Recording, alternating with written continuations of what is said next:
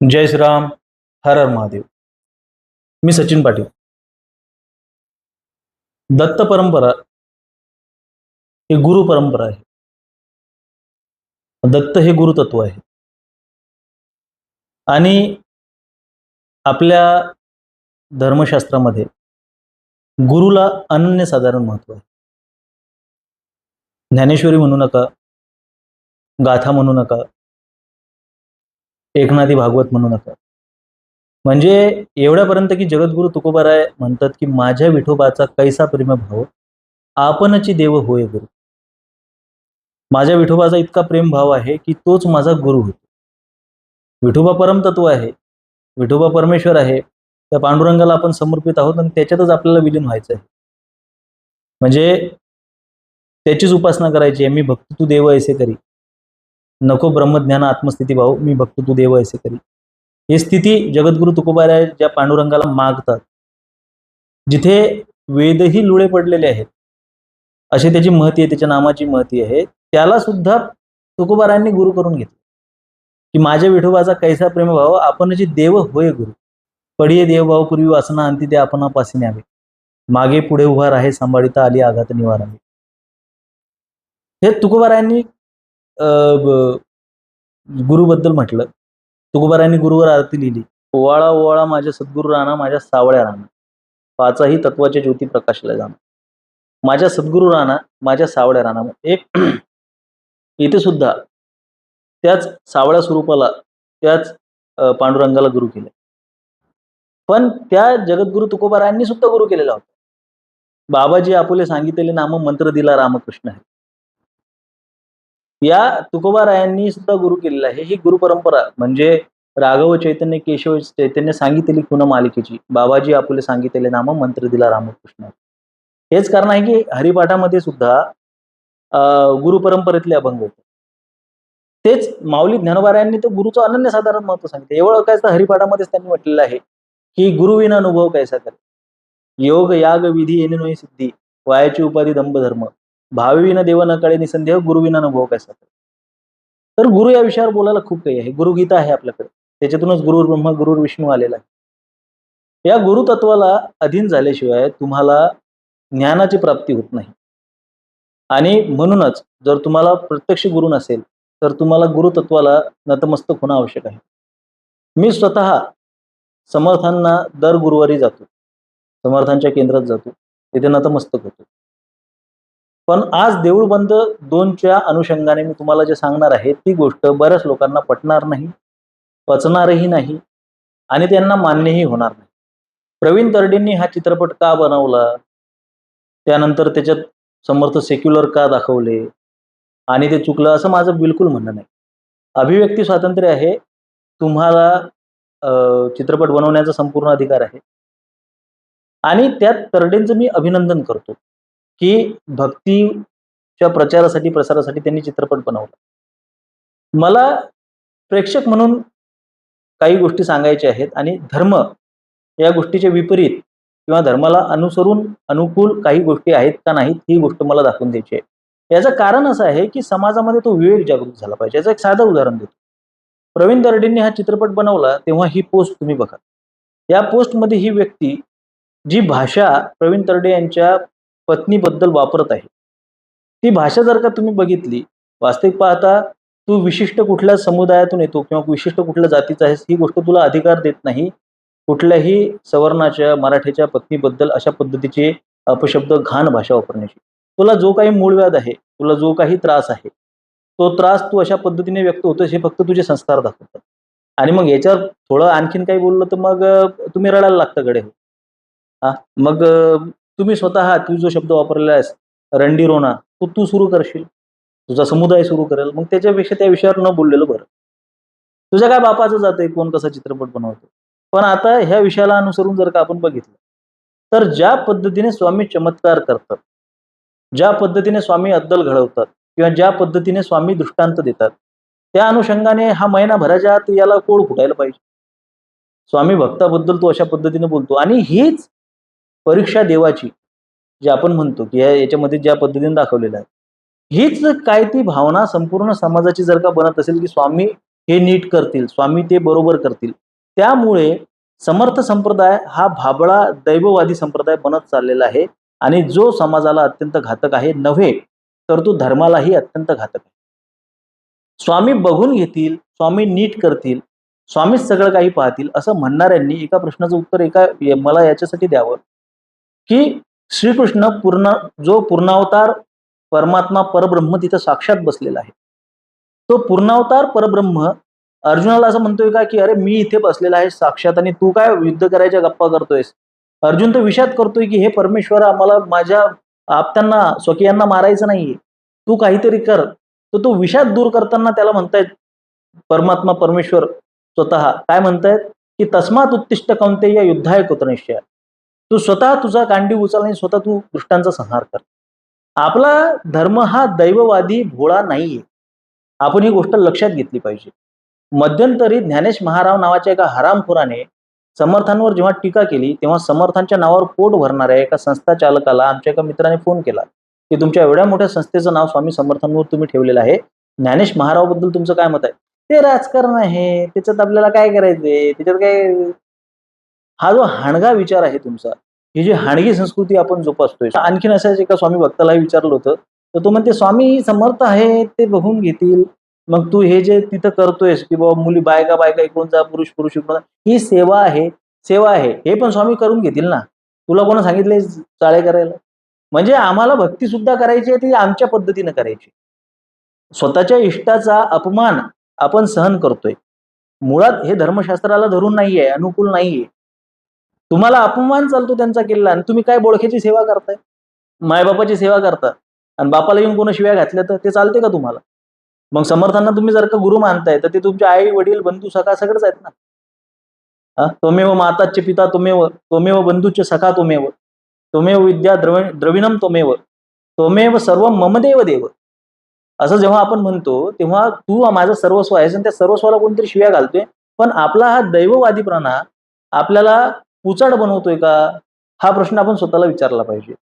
जेव्हा स्वामी चमत्कार करतात आणि आजकाल तर ते भोळेपणा भाबडेपणा एवढा वाढलेला आहे, की कोणीतरी येतं आणि असा खूप भाबडेपणामध्ये आपला एक तकिया लोड असा बगलीत दाबून तो स्वामींची सारखी ऍक्टिंग करतो किंवा स्वामींना साडी नेसून त्यांना वेगवेगळ्या स्वरूपात.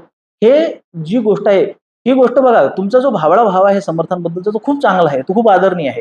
पण जेव्हा याचा आपण समाजामध्ये त्याचं आपण हे करतो, त्याला प्रक्षेपित करतो, तेव्हा समाज ज्या आयामात जगतोय त्याच्यामध्ये तुम्ही त्या समर्थांना टीकेचं पात्र बनवताय हे आपण लक्षात घेतली पाहिजे.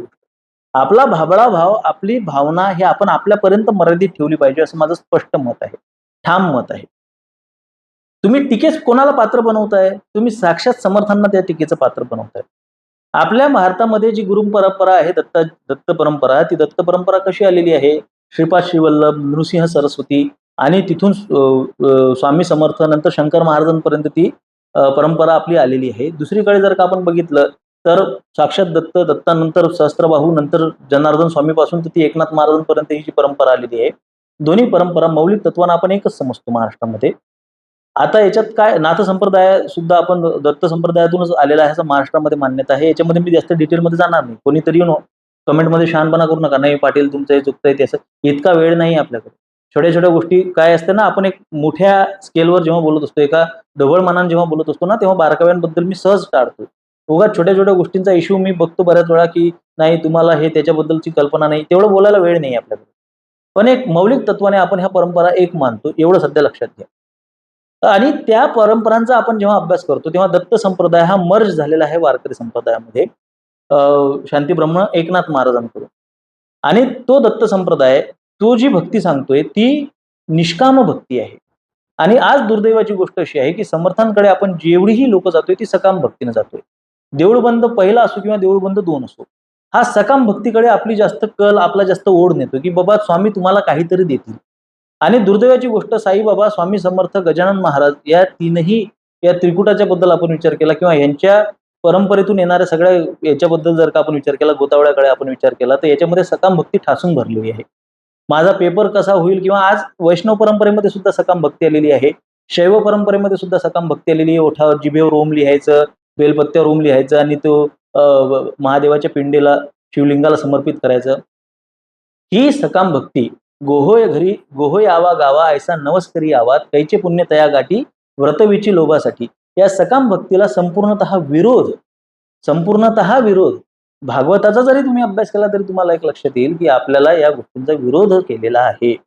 त्यामुळे गुरुतत्वाची भक्ती आणि सकाम भक्ती ह्या दोन वेगळ्या संकल्पना आहेत. गुरुतत्वाला लीन होणे, त्याच्याशी नतमस्तक होणे. पण आता असा झालाय की धर्म झालाय भावनेचा विषय. हा झालाय आता पैसा कमवण्याचा विषय. मी परत सांगतो की मी तरडेंना याच्यामध्ये दोष देत नाहीत. असं नाही की बाबा याच्यासाठी की बाबा बनले पाहिजेत ना, असे सुद्धा चित्रपट बनले पाहिजेत. मी लोकांच्या भावनेला दोष देतोय. प्रेक्षकांच्या मागणीला दोष देतोय. एक तर शेतकरी हा इतका भावनिक विषय झालेला आहे की मध्यंतरी एका सोशल मीडिया इन्फ्लुएन्सरने धान की खेती म्हणजे अर्थात आपल्या भात शेतीचा विरोध केला आणि त्याने सांगितलं की कशा पद्धतीने चीन सारखा देश भारतामधून तांदूळ आयात करतो आणि तो स्वतःच्या देशामध्ये तांदूळ पिकवत नाही. तेव्हा शेतकऱ्यांमध्ये जागृती आली पाहिजे. शेतकऱ्यांनी सुद्धा भरपूर पाणी लागणारी पिकांचं उत्पादन कमी केलं पाहिजे. एवढ्या शिव्या बसल्या त्याला, तू काय शेतकऱ्यांना शिकवतो का? तू का जास्त शहाणा झाला का? शेतकरी असन, शेतकरी जगाचा पोशिंदा, भावनिक विषय आहे ना. त्याला विचारायला चॅनल बंद करावा लागेल. तो त्याच्या विचाराचं प्रकटीकरण सुद्धा करू शकत नाहीये.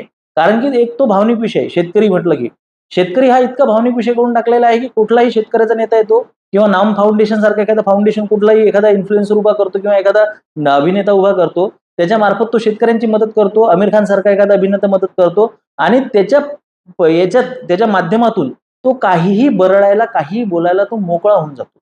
शेतकरी नेते कोण? आमचे बच्चूभाऊ कडू हे शेतकरी नेते. आणि काय करतायत ते? तर नाशिकमध्ये एका मुस्लिम युवकाच्या पाठीशी उभं राहायला जात आहेत हिंदू मुलीसोबत लग्न करण्यासाठी. त्यांचा मतदारसंघ कुठे आहे? अचलपूर. तो कुठे आहे? विदर्भात. परतवाडा, अचलपूर, जिथे हे कांड घडलं आता लव्ह जिहादचं मोठं कांड घडलं. आणि हा बुवा तिथून समर्थन करायला जातोय नाशिकच्या लव्ह जिहादच्या प्रकरणाचं. का? हा तर शेतकरी नेता आहे. या व्यक्तीला त्याच्यात पडायची काय गरज आहे? कारण की शेतकरी करून तुम्ही समाजाला भावनिक करता, समाजाचं एक तुम्ही सिंपथी गेन करता आणि सिंपथी गेन केल्यानंतर तुमचा धंदा पुढे चालवता. शेतकरी हा खूप भावनेचा विषय झालेला आहे, भाबडा विषय झालेला आहे. या दोन्ही भावनिक विषयांना हात घालून एक कमर्शियल वेने आपल्या पैसा कमवण्याचं माध्यम म्हणजे देऊळ बंद सारखे चित्रपट आहेत. आता याच्यामध्ये समस्या अशी आहे की बाबा असं मग काय बनवायचेच नाहीत का चित्रपट? 100% बनवायचे. पण त्यामध्ये अशा पद्धतीचे चित्रपट बनवत असताना मी मध्यंतरी राजा शिवाजी चित्रपटाबद्दल बोललो. इतका विरोध झाला मला, प्रचंड विरोध झाला. चित्रपट इतका चांगला आहे. हे बघा, लक्षात घ्या. एक मराठी चित्रपट येतोय, छत्रपती शिवरायांच्या जीवनावर येतोय. या शिवद्रोह्याला ही जी तुमची भाषा आहे ना, लक्षात घ्या. मी शिवरायांना काय समजतो किंवा शिवरायांचं साक्षात वर्णन काय येतं की शिवरायांचे 8वावे रूप, शिवरायांचा 8वावा प्रताप, शिवरायांचा 8वावा साक्षेप भूमंडळी, शिवरायांचे कैसे बोलणे, शिवरायांचे कैसे चालणे, शिवरायांची सलगी देणे कैसे, तो जो रुबाब आहे शिवरायांचा. माझ्या पुढच्या पिढीला, माझ्या मुलीला मी काय शिकवणार आहे की महाराज असे होते दिसायला. 80s मधली एक स्टाईल आहे, रेट्रो स्टाईल. माँ कसम बदला लूंगा, खतम कर दूंगा, कसम गंगा मैया की, ह्या स्टाईलमध्ये बोलणारा रितेश देशमुख, ज्याचा ऍक्सेंट हिंदी आहे. आज आपल्याला थोडंही समजा एखाद्या व्यक्तीने मराठीबद्दल काही कमी जास्त केलं तर आपल्याला राग येतो. त्यांच्या सुविद्य पत्नींचा ऍक्सेंट सुद्धा हिंदी आहे. आणि राहिला प्रश्न की बाबा मराठी मराठी मराठी करताय. आता सक्सेस पार्टीमध्ये तिथे ते लक्षात येते की झिंगलेली लोक आहेत ते पिऊन छत्रपती शिवाजी महाराजांचं टी शर्ट घालून ती नाचतात.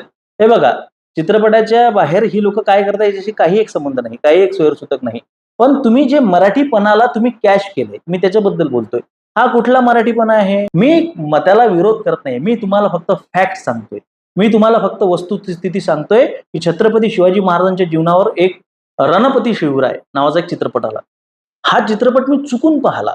कारण की त्याचा एक सीन आला. तो सीन मला खूप आवडला. जेव्हा औरंगजेबासोबत छत्रपती शिवाजी महाराज ते त्यांच्या तेव्हाच्या हिंदीत बोलतायत. ती त्या "मैं बोल्या रे, तू बोल्या रे" या टाईपच्या. आणि हे बघा, हे एकदम शास्त्रशुद्ध आहे. हे असं नाही की बाबा महाराजांना काही हिंदी बोलता येत नव्हती का? हे त्या काळाच्या मानानं.